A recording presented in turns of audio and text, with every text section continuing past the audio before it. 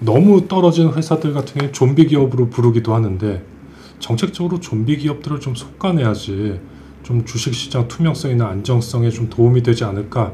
수익이 나지 않는데 상장하는 거면 이제 투자자들을 기망하는 거나 또는 이제 어떤 사고 날 가능성이 있기 때문에 어떤 경우에 따라서는 문제가 있으면 이제 상장 폐지도 해야 되는 거지만 PBR이 낮기 때문에 이 회사가 좀비 기업은 아니라는 거예요.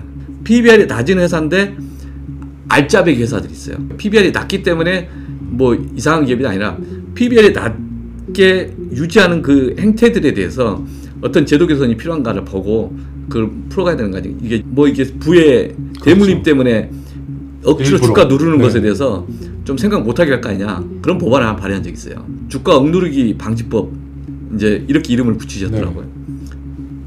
다양한 수단들을 고민해 볼 수 있는 거죠. 의원님께서 보시기에 이 모든 조건들, 그러니까 정책적인 뭐 법안 이런 것들이 다 갖춰진다면 어디까지 오를 수 있다고 보세요? 가급적이면 시장이 좀 기울어진 것들을 정상화하는 것, 그다음 시장의 실패를 좀 보완하는 것들만 좀 최대한 시장이 허용되는 범위 내에서 계속 일관되게 추진하자. 궁극적으로는 기업들이 경쟁력을 강화하는 게 제일 중요한 거죠. 혁신 제품을 만들고 커나갈 수 있는 기업들이 이게 코넥스, 코스닥, 코스피로에서 상승하면서 네. 그 회사들이 성장하는 거. 그래서 그런 기업들이 중소기업이 중견기업이 되고 유니콘 기업이 되고 대기업이 되고.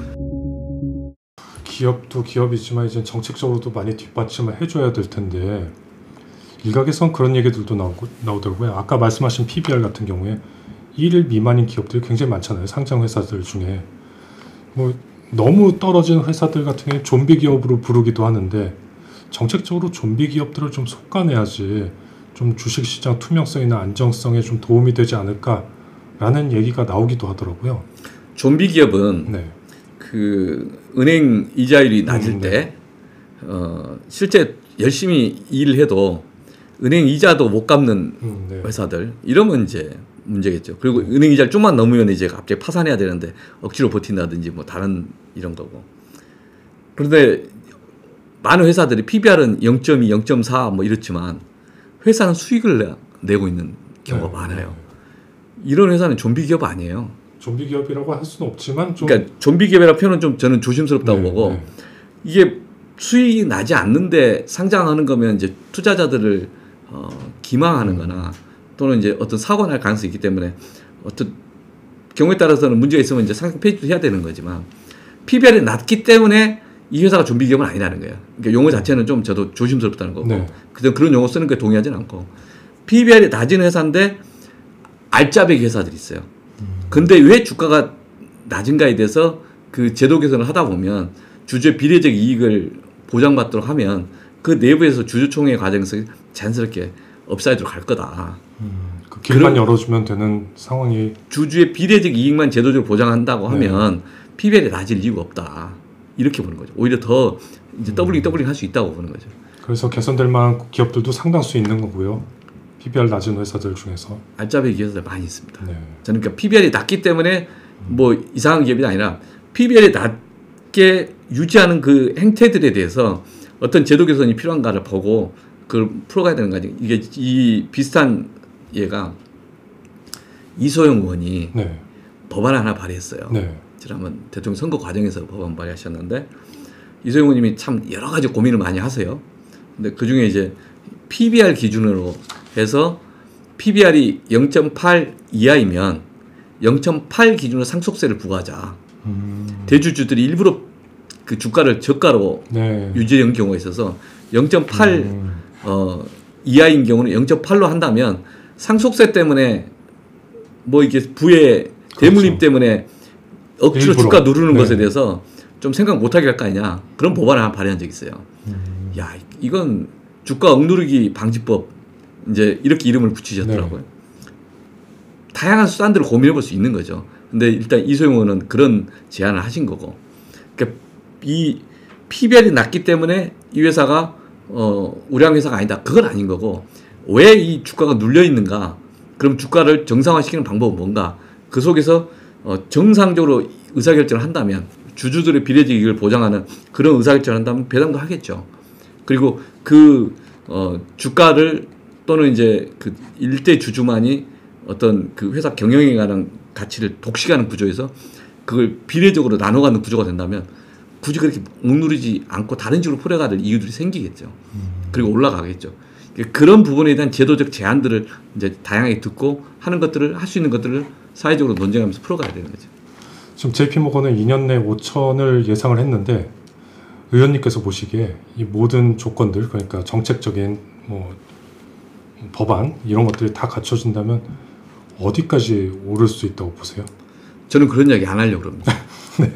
왜냐하면 그러실 줄 알았습니다. 저희가 네. 그 정치권 정부는 네. 시장의 가격에 대해서 너무 단정적으로 이야기하면 적절하지 않다고 봅니다.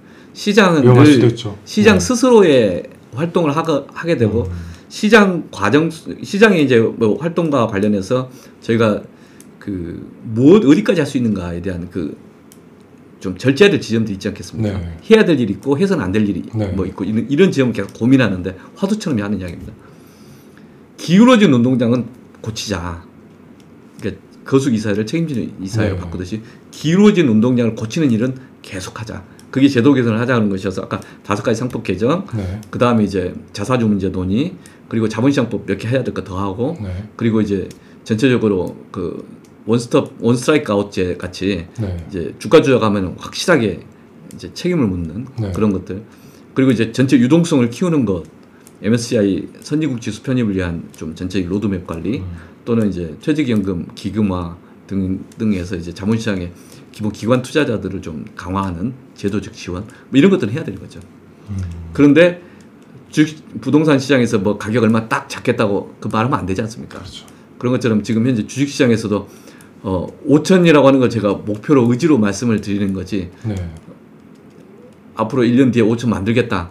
될 거다. 그렇죠. 이런 식으로 말씀드리는 말씀드리는 것은 네. 그건 오만한 거죠. 네. 저는 그렇게 해서는 안 된다고 보고 가급적이면 시장이 좀 기울어진 것들을 정상화하는 것, 그다음 시장의 실패를 좀 보완하는 것들만 좀 최대한 시장이 허용되는 범위 내에서 계속 일관되게 추진하자. 그리고 궁극적으로는 기업들이 경쟁력을 강화하는 게 제일 중요한 거죠. 그러니까 혁신적 제품을 많이 만들고 혁신적 제품을 만들고 커나갈 수 있는 기업들이 이게 코넥스, 코스닥, 코스피로에서 상승하면서 네. 그 회사들이 성장하는 거. 그래서 그런 기업들이 중소기업이 중견기업이 되고 유니콘 기업이 되고 대기업이 되고 그래서 그런 대기업들이 국가 경제를 끌고 가는 것을 이제 자본시장의 선순환 구조로 만들어내는 것. 이걸 정책적으로 지원하는 게 정부 역할이겠죠. 그 수치는 결과로서 어디까지 나올지는 봐야 되겠지만 네. 예. 저는 정치가 해야 될 일 또는 정부가 해야 될 일에 대한 것들에 대해서 오히려 좀 더 엄밀하게 집중해야 한다고 봅니다. 네, 저도 주식을 좀 안 하고 있었는데 의원님 말씀 들어보니까 들어가도 될 것 같긴 합니다. 좀 믿음이 가가지고